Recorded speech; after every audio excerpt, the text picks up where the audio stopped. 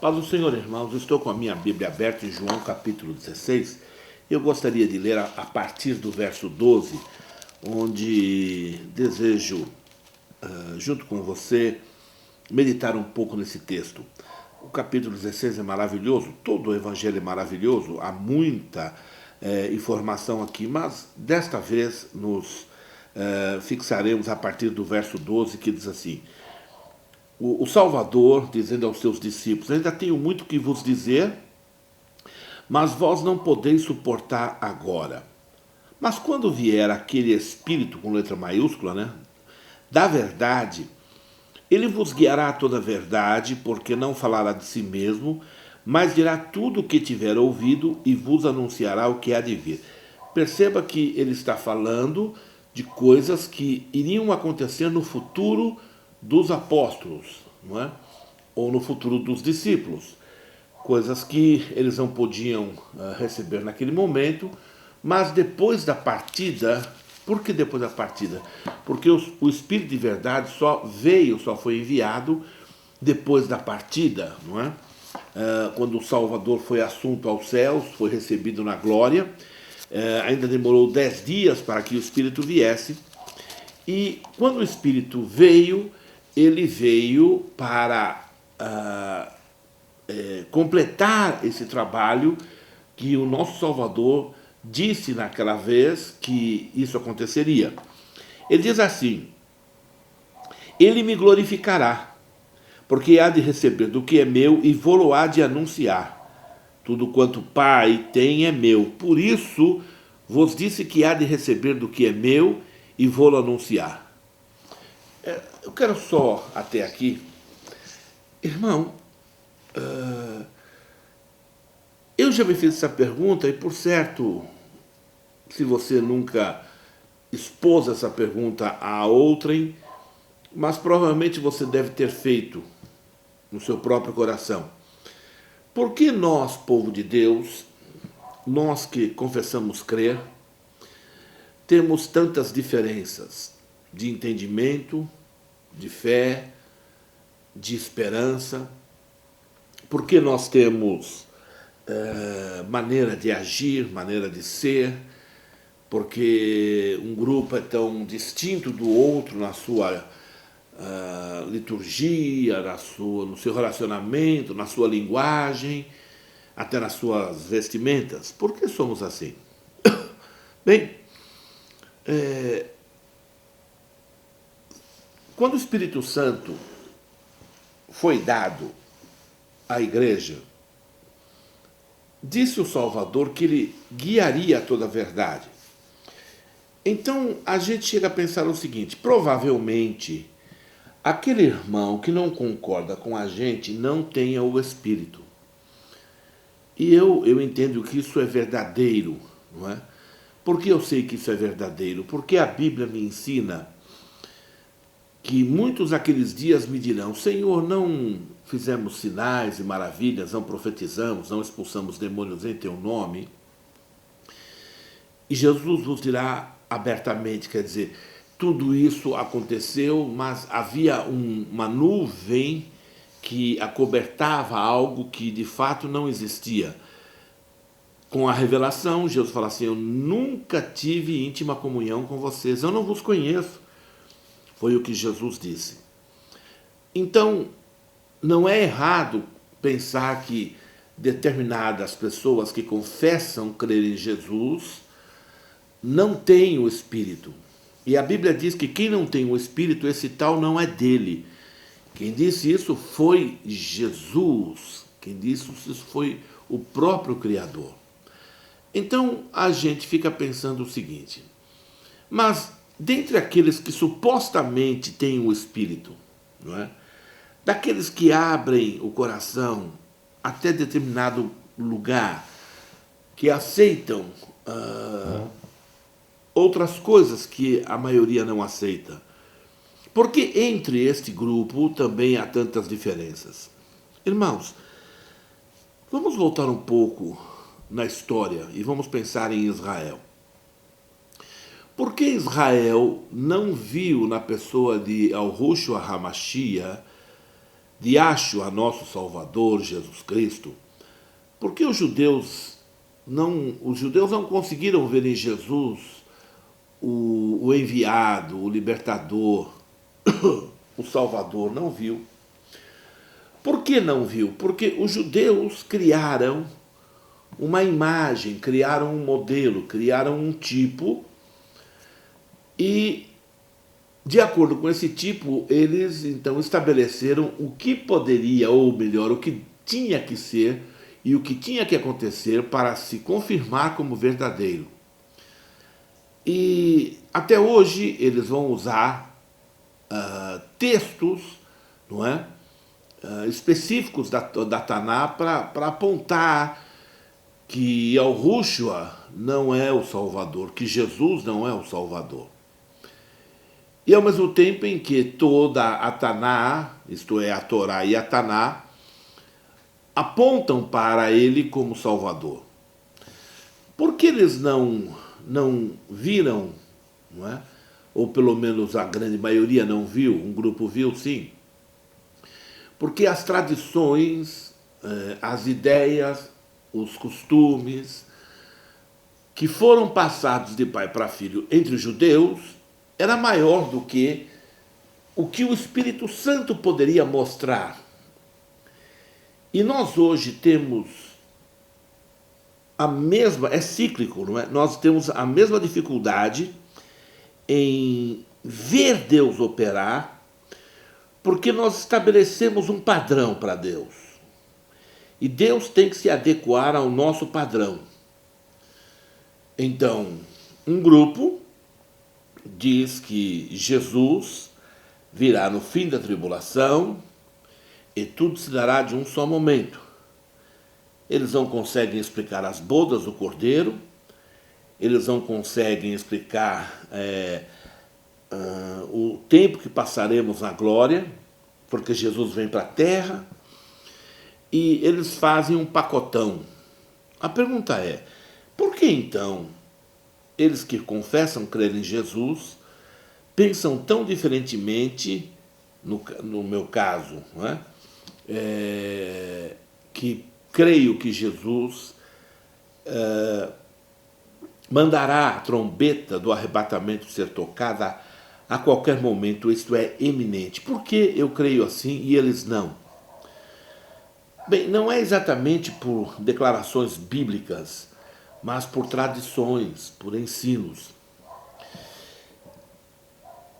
Esse texto diz que o Espírito Santo faria algo muito claro, guiaria a todos a verdade. Então, o que aconteceu nesse ministério do Espírito, que, de repente, no meio da igreja, né, do início, que não exatamente do início, mas também do início, surgiram falsos ensinamentos, não é? Quando nós lemos as 7 cartas das 7 igrejas do Apocalipse, nós percebemos conceitos e doutrinas estranhas ao Evangelho e que o próprio Salvador diz que odiava. Odiava, ele falou, eu odeio os nicolaítas. Quem disse isso foi Jesus. Como que eles surgiram? O Espírito Santo não os guiou à verdade? Como que surgiram as heresias? Como que o gnosticismo, para quem não sabe, a ideia do conhecimento científico deve existir para que conheçamos a Deus, e isto está absolutamente enraizado no meio religioso cristão. É tão verdade que hoje, para você, digamos, eu vou fazer um congresso, não é? E vou chamar um determinado pregador, bem, eu não faço bem isso, mas entenda, e eu tenho que dar o currículo, não é? Olha, doutor fulano formou em tal faculdade nos Estados Unidos, doutor em divindade, é PhD nisso, estudou naquilo, deu aula naquilo outro. Baseado nesse currículo, então as pessoas irão para esse lugar na expectativa de receberem alguma coisa muito importante de Deus. E Se não for dito nada nessa direção a respeito do preletor, daquele que irá dar a palavra, então as pessoas parece que vão sem expectativa. Então a pergunta é, como foi que isso aconteceu? Ora, o Espírito Santo não guiou aqueles santos à verdade? Querido irmão, ouça, ainda hoje é a mesma coisa. O Espírito Santo guia quem deixar ser guiado. E eu tenho um temor e eu tenho uma preocupação grande, eu digo isso diante dele, do meu Senhor e Salvador, do meu glorioso libertador, aquele que deu a vida por mim naquele madeiro, na cidade de Jerusalém, há cerca de 2000 anos atrás. Esse glorioso e bendito Salvador, que eu aguardo não como Messias. A igreja não tem Messias, a igreja não está esperando nenhum Messias, nada disso. Eu fico ouvindo o crente falar assim, a vinda do Messias. Nós não temos Messias. O que nós temos é Rei dos Reis e Senhor dos Senhores. Ele veio como Messias, ele veio como enviado para fazer uma obra, realizou esta obra e ele não é mais este enviado, ele não é mais este Messias, ele não é mais este personagem profético, porque este papel ele já cumpriu. Ele virá agora, não como Messias, mas como Senhor dos Senhores. Essa palavra Senhor, que alguns dizem que é blasfema, ela é dirigida no sentido de aquele que é soberano sobre os que pensam ser soberanos, né? E é rei de todos os reis, não é? Alguém diz que ele é rei dos reis, isto é, rei dos crentes, não é? Não é só isso, não. Ele é rei de todo o universo. Essa é a ideia do texto.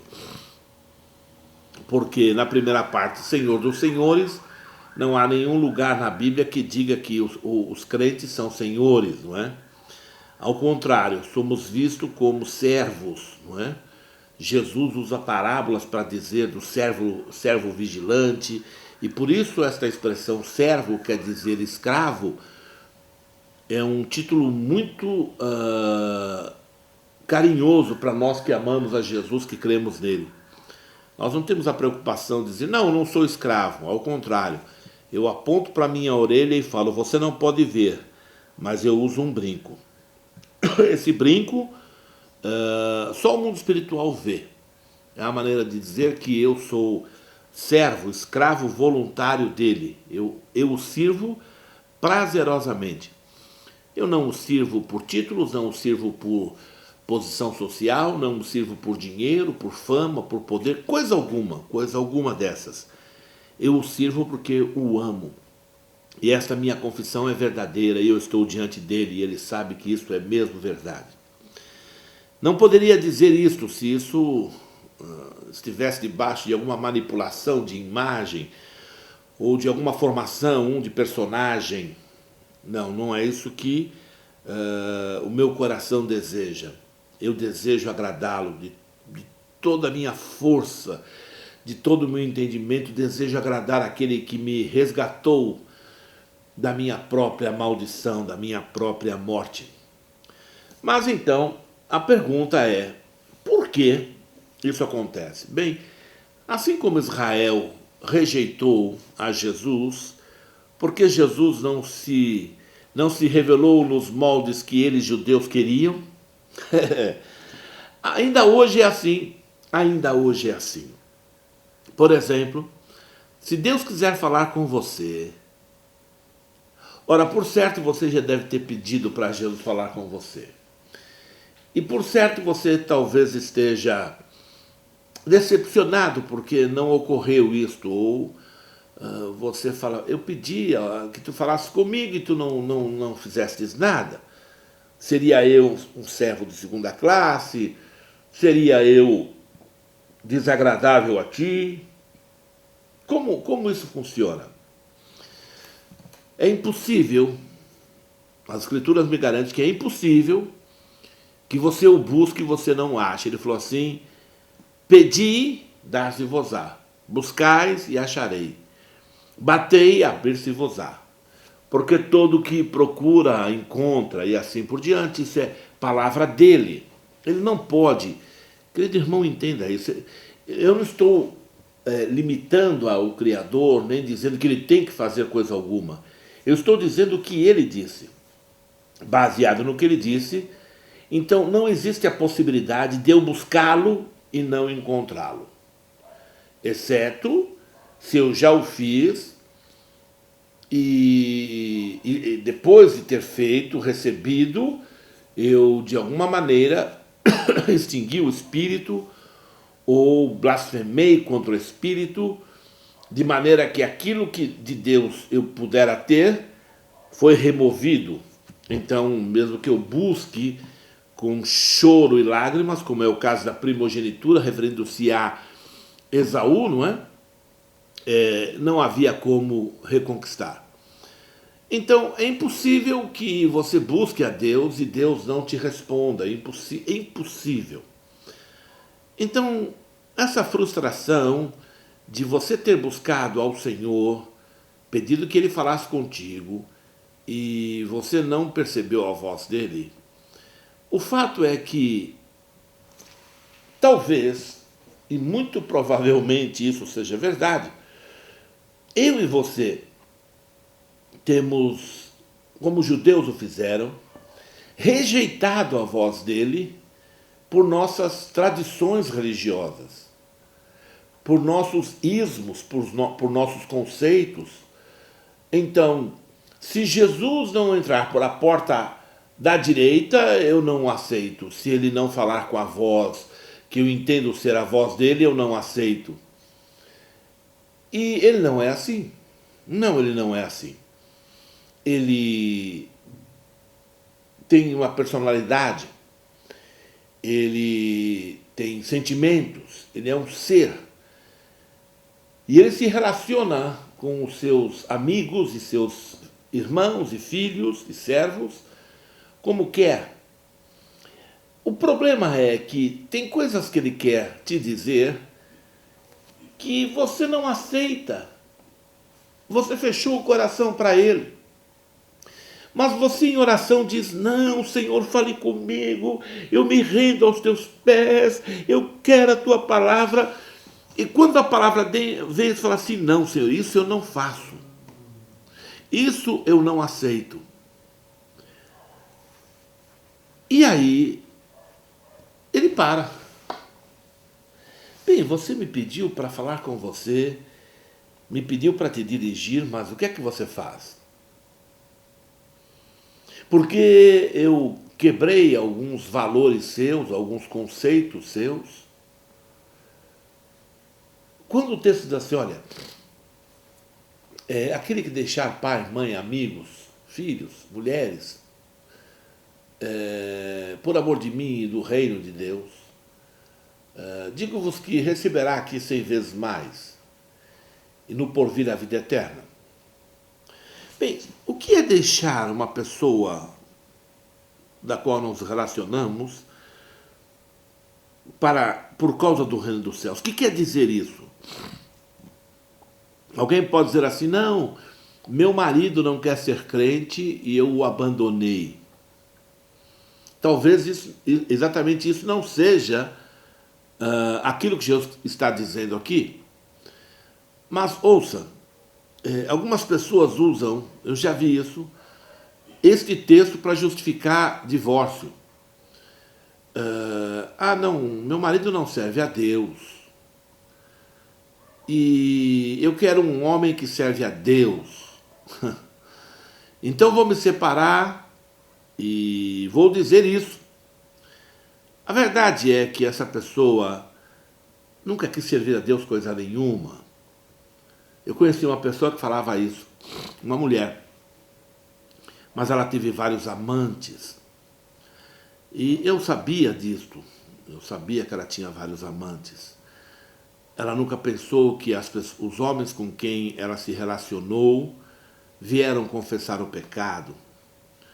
é coisa muito vergonhosa. E hoje, o casamento primeiro dela não existe, e ela, por causa de adultério, ela vive com um outro. E está lá numa religião evangélica, achando que está tudo certo. Ela acha que, agora eu sou feliz. E, curiosamente, a família toda seguiu esse movimento, com mentiras e coisas semelhantes. Então, isso não é deixar nada por amor de Cristo nem pelo reino, isso é usar a palavra de Deus, usar o reino de Deus para buscar as suas próprias paixões. Então, voltando aqui ao texto, eu posso, e de fato faço isso, eu particularmente faço isso, e me sinto extremamente envergonhado porque percebo que faço isso. Algumas vezes eu rejeito a orientação de Deus por tradição. Por tradição.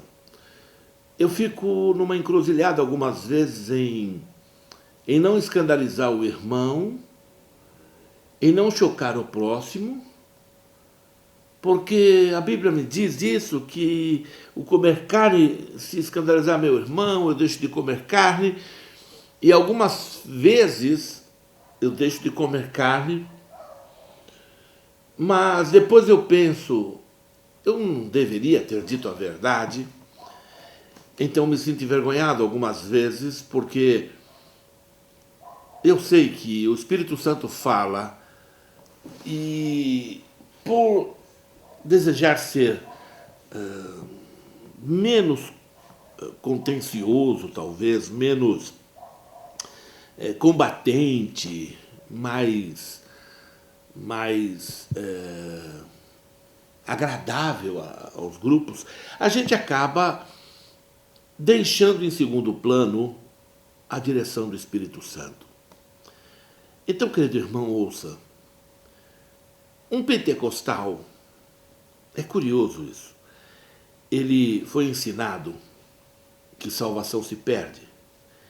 Existem textos que falam disso, ao mesmo tempo em que os textos que dizem que salvação é um estado e é eterno, que isso é um fato.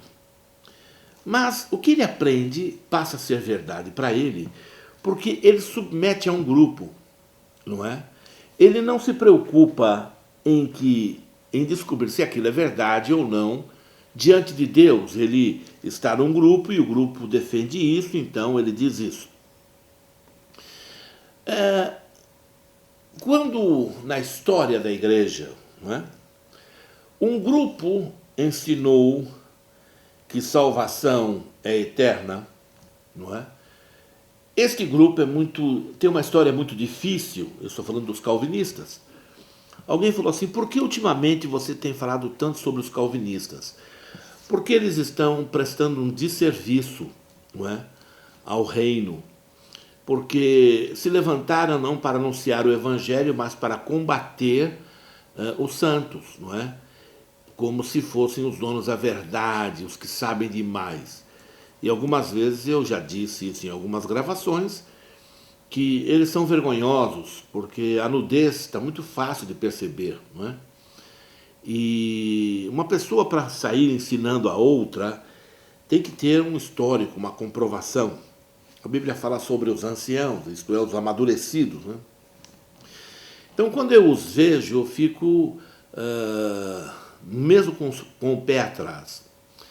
Mas, curiosamente, eu tenho me deparado com grupos que eram batistas, ou confessam ser batistas, e se tornaram calvinistas, não é? Até mesmo pentecostais, não é?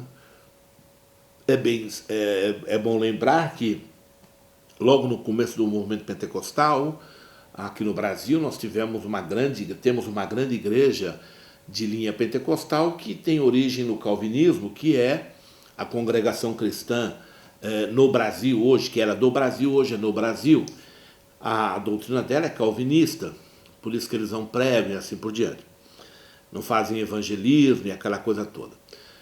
Então, quando eu digo isso, eu digo pelo seguinte: Os pentecostais, ao verem, ou perdão, os demais que não eram calvinistas, ao verem os calvinistas dizendo uma coisa correta, fecharam o coração para aquilo que era verdade, por exemplo, salvação eterna. Olha, é simples. Olha, irmãos, eu já vi tantos mestres, eles usam tantos textos, meu pai, mas eu quero usar um princípio muito simples. Olha o que a Bíblia diz. Quem disse foi Jesus. A Bíblia diz que ao homem está determinado morrer uma só vez. Tá bom. Então, quando o homem nasce, ele terá que pecar para morrer. Então, a criança, quando nasce, não nasce em pecado. Claro que não. Não é? Claro que não. Por que não? Porque a Bíblia diz que Deus não visitaria o pecado do pai no filho. Então, o bebê terá que crescer e depois que atingir uma determinada idade, ele terá que morrer. Ou melhor, ele pecará e porque pecou, morrerá. Tá bom. Então, o homem morreu essa vez e aí ele vai morrer fisicamente. Quando você entrega a sua vida a Jesus, segundo a Bíblia, eu acredito que todos entendem e aceitam isso, nós morremos em Cristo. A Bíblia diz que nós somos crucificados com Ele, sepultados com Ele, ressuscitamos com Ele e já fomos glorificados com Ele, segundo a palavra de Deus. Então, se nós morremos com Cristo e ao homem está determinado morrer uma só vez, como que alguém pode afirmar que este homem pode morrer outra vez? Não é? Não faz sentido isso. Um outro aspecto é, Deus forma em mim a nova criação e me dá o selo da promessa, não é? É a garantia, o certificado de que aquilo é definitivo, que é o Espírito Santo. E alguém diz que eu posso perder isso. É como se alguém estivesse morrendo no meio do oceano e o socorrista viesse e jogasse um cesto e o levantasse para o helicóptero e depois, quando chegasse na beira da praia, jogava-o na arrebentação para que ele morresse ali. Bem, então, como que alguém pode... Eu fui salvo. Salvo está salvo. Se ele não está salvo, ele não pode dizer eu estou salvo circunstancialmente, eu estou salvo por um momento. São coisas que foram mudadas. Por quê? Por resistência de um grupo, não é? Então, se alguém falar assim, salvo, salvo para sempre, olha, essas declarações são um tanto quanto maliciosas, não é? Mas sim, o salvo, a pessoa que nasceu de novo, nasce da água e do Espírito, nasceu de novo, isso é um fato, não pode ser mudado. Alguém me diria então, mas será que não existe algum nascido de novo que anule isso? Aí sim, eu concordo com você, aí sim. Mas não se enquadra no fato de perder, na declaração de perder salvação, mas da renúncia. Jesus falou assim, olha, se você for infiel, eu permaneço fiel. Então, entenda que a infidelidade, não é, na nossa proposta inicial de servi-lo, andar nos caminhos do Senhor, nós, por sermos o que somos, nos tornamos infiéis. Não é? Mas ele permanece fiel. Mas agora ele vai falar algo muito sério. Mas se você me negar, eu te nego também. Então, uma coisa é o crente errar, uma coisa é o crente pecar, uma coisa é o crente manifestar a natureza, não é? Ainda da queda, a natureza humana. Outra coisa é ele negar. Claro, se ele negar, ele anula o que Deus fez. E não há mais jeito, não tem como. É o que o Altíssimo diz em Hebreus capítulo 6 aos hebreus, não é? Aqueles que um dia reconheceram que Jesus era e que a partir de então negaram-no e perderam, não há mais como redimi-los.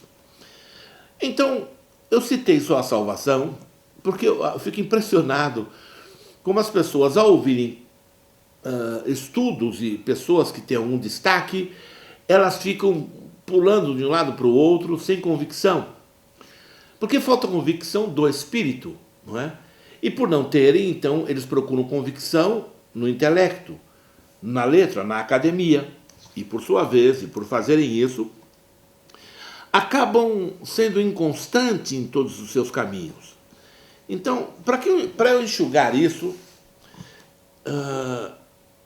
eu ofereço a você o seguinte pensamento: que a minha tradição pentecostal pode anular a direção do Espírito Santo muitas vezes na minha vida. Que a tradição de um chamado crente histórico, eu tive com um pastor, um homem de Deus, gosto dele. E naquela vez ele estava numa situação muito difícil. E nós estávamos em um grupo de irmãos e ele estava choroso.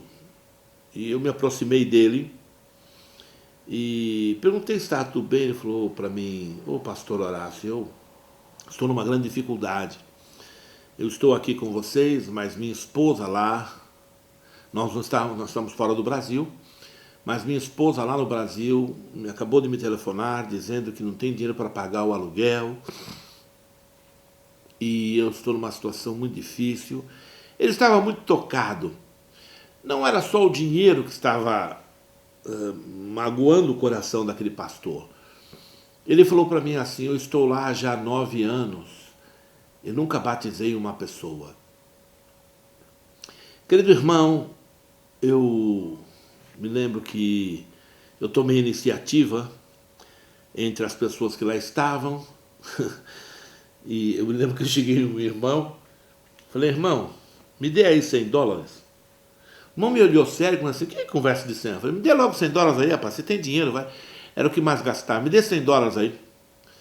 E ele falou: não estou entendendo. Eu falei: irmão, precisamos ajudar uma pessoa, precisamos de $100. Eu sou um pastor, irmão, estou dizendo em nome de Jesus. Ele ficou muito perturbado, mas ele acabou tirando $100. E eu fui a um outro pastor, amigo nosso, pastor Sebastião: me dê $100, Sebastião. E o pastor me deu $100. Você e tal. E eu peguei $100, juntei. Acho que nós juntamos $1.000, se não me engano. Aí eu fui ao irmão responsável por aquele grupo. Esse irmão também era responsável por ele. E eu chamei em particular e falei: irmão, assim, o que você vai fazer a respeito? Não, nós já estamos vendo alguma coisa. Não, eu quero saber o que você vai fazer. Estamos vendo alguma coisa, não é? E no final, graças a Deus, eu o vi feliz. Ele voltou antes que a viagem terminasse. Ele tinha alguns compromissos, ele voltou antes, mas ele voltou feliz. Eu já pensei que eu deveria ter dito a ele: pastor, está na hora de você abrir seu coração para Jesus. Honestamente, está na hora de você entrar em oração diante dele e deixar de perseguir os teus conceitos, como os judeus perseguiram os deles e ficaram sem Jesus. Está na hora de você entrar diante de Deus e permitir que Deus te dirija. Porque, honestamente, o que falta na tua vida, que você deseja tanto a confirmação de Deus, Ele não vai confirmar se estiver faltando um pedaço na pregação. Mas a tua cabeça, na cabeça daquele irmão, ele estava sendo o melhor possível, ele estava sendo íntegro, ele está batalhando por aquilo, porque ele foi ensinado assim. Então, querido irmão, você que está buscando a direção de Deus, se você não abrir seu coração para Jesus, e você pode assim: mas se o diabo entrar nisso? Querido irmão, o diabo não entra nisso, pode ter certeza. Tem áreas da vida da gente que Deus não permite que o diabo entre. Mas a Bíblia diz que mesmo que vier um anjo do céu trazendo outro evangelho, eu estou dizendo de um relacionamento, de uma orientação, de uma direção que deverá ser confirmada não por um congresso, por exemplo, ou por uma instrução de alguém, mas por um grupo de argumentação, de fatos, de situações que o Espírito Santo promoverá para te levar ao entendimento. É isso que acontecerá com os judeus para que eles reconheçam que Yahushua é o Messias. Ou melhor, que foi o Messias. Ele não virá como o Messias. Eles estão esperando o Messias e virá o anti-Messias.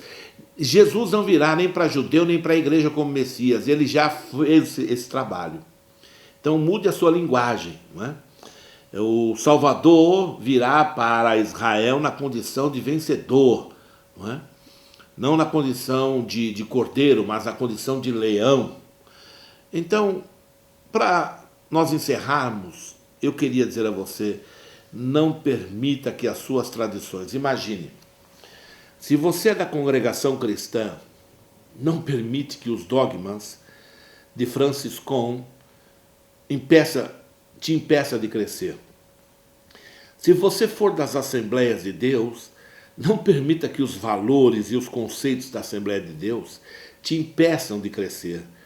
Se você for do Edir Macedo ou da Igreja do Edir Macedo, da Universal do Reino de Deus, não permita que os conceitos e ensinamentos da Universal te impeçam de crescer. Se você estiver na congregação aonde eu pastoreio, não permita que esses valores te impeçam de crescer, desde que eles sejam claramente percebidos. Eu não estou dizendo para você se levantar contra a Igreja Universal, contra a Assembleia de Deus. Não é isso não é pregação de rebelião. Deus me livre. Mas é que, algumas vezes, por exemplo, eu estava com um irmão, um jovem, orando. E ele teve uma visão, faz muitos anos isso. E ele ficou todo perturbado. Olha que coisa curiosa. E acabou a visão, ele perguntou para o pai, pastor, meu pai, existem anjos negros? E o pai falou, eu não sei. Por quê? Perguntou o pai ao filho. E o rapaz falou, porque eu tive uma visão muito clara. E eu conversei com um anjo. E eu até perguntei quem era ele, e de onde ele vinha, e por parte de quem. E ele me deu o nome, mas ele era negro. Ele usava um turbante que caía do lado. Ele era muito bonito. E o que foi que ele fez? Perguntou o pai. Ele exaltou ao nosso Salvador. Ele levantou as mãos e glorificou aquele que reina para sempre. E o pai falou, então não é um demônio. E o pai concluiu, puxa vida, curioso, existem anjos negros.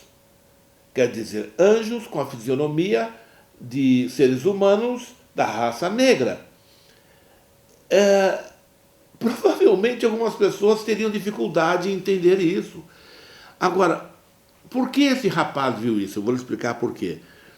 Mais tarde eu vim saber que ele tinha problemas nesta área. Eu vim saber que ele tinha não chegava a ser exatamente um preconceito, mas uma reserva cultural.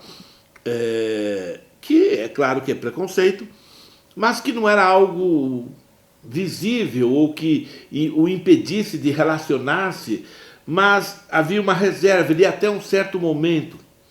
Então Deus fez o quê? Mostrou a ele um anjo da raça negra. E por certo, um judeu pode ver um anjo com as roupas de árabe, ou de palestino, não sei. Por quê? Porque Deus quer quebrar os nossos limites, não é? Que nos impedem de nos amarmos, não é? E que a gente cresça em Jesus Cristo. Então, encerrando, a pergunta que eu poderia fazer é, se naqueles dias os apóstolos não podiam receber o que Jesus tinha a dizer, eu me pergunto, Jesus, será que eu hoje tenho condição de receber aquilo que o Senhor tem a dizer? Será que eu estou pronto? Será que eu tenho dificultado as coisas de maneira que teu Espírito tem protelado as informações e por isso eu tenho impedido o meu próprio crescimento, o meu próprio entendimento? Então, irmão, eu oro em nome de Jesus para que isso não aconteça. Agora, é necessário ter um coração quebrantado, um espírito contrito, muito temor e também vigilância. Mas olhar para o próximo, não é? Olhar para o próximo. Olhar para aquele irmão que eu particularmente sou muito desconfiado dele. Mas não quer dizer que ele não é meu irmão. E não quer dizer que tudo nele não presta. Quer dizer que, embora tenha uma boa quantidade de coisas que não conferem com a verdade, não quer dizer que eu deva ver nele um inimigo ou um opositor. Então, quando eu olho para aquela pessoa como um opositor, eu estou impedindo que o Espírito Santo me dirija, que o Espírito Santo me mostre, que o Espírito Santo me revele. Há também um outro aspecto. Eu tenho dito muito isso lá na congregação, aonde eu ministro, que é curioso, e isso é uma grande verdade. Eu acho estranho, porque, veja se faz sentido. É possível um crente que é amigo de Jesus agradar Satanás? É possível que um crente seja amigo de Jesus e amigo das trevas? Pois então, como pode uma pessoa ser meu amigo e amigo daquele que se opõe a mim? Ou amigo daquele que fala mal de mim? Por certo, essa pessoa, ela é hipócrita, fariseia, é uma pessoa que Jesus chamou de sepulcro caiado. Porque é impossível o Manas estar aqui comigo, eu falar, Manas, você é meu amigo, a gente trabalha junto, e alguém falar mal do Manas para mim. Se alguém falar mal do Manas para mim, eu vou brigar. Ah, mas é aquele amigo seu, eu perco a amizade com aquele amigo meu, porque eu não admito que fale mal do Manas. Então, irmão, muitas vezes na tua vida, Deus não vai falar, porque você não está disposto a mudar. Você não está disposto a abrir mão. O que você acha é mais forte do que a direção do Espírito. O que você pensa que é mais forte do que a verdade. Enquanto você se debater com isso, você limitará a obra de Deus na sua vida. E você pode pensar o que você quiser, mas Jesus sempre se manterá, não é? Naquilo que é verdadeiro. Então, encerrando, querido irmão, abra seu coração para o Espírito de Deus. Se ele falar para você, eu acho gozado o seguinte, se todo mundo ver anjos brancos, ninguém acha estranho, mas se ver um anjo negro, acha estranho. Aí é estranho, não é? É estranho as pessoas não entenderem isso. Um tempo atrás, estava falando com a minha esposa, e minha esposa viu um árabe, um anjo árabe. Este anjo se apresentou, eu não sei bem porquê, mas ele estava com aquela indumentária de árabe, e nós, preocupados, quem é esse personagem? E fizemos todas as checagens possível, e ele de fato era um anjo de Deus, um varão de Deus. E por que Deus mostrou aquilo? E eu fiquei pensando, Deus quer que eu saiba que Ele ama todas as raças, todos os povos, não é? Que Ele tem santos em toda parte e que eu não posso, com os meus valores religiosos, impedir ou mudar essa verdade. Irmão, que Deus nos ajude a abrir nosso coração, que essas palavras possam somar aos teus pensamentos e que venha mais luz sobre a tua vida. Amém, meu irmão? Deus te abençoe, querido. Até o arrebatamento. Se a gente não se vê aqui, a gente se vê nos ares. Muito breve, aleluia. Olha, só uma coisinha. Não sou eu que estou dizendo só do arrebatamento, são todos os servos de Deus. Ô irmão, leva a sério.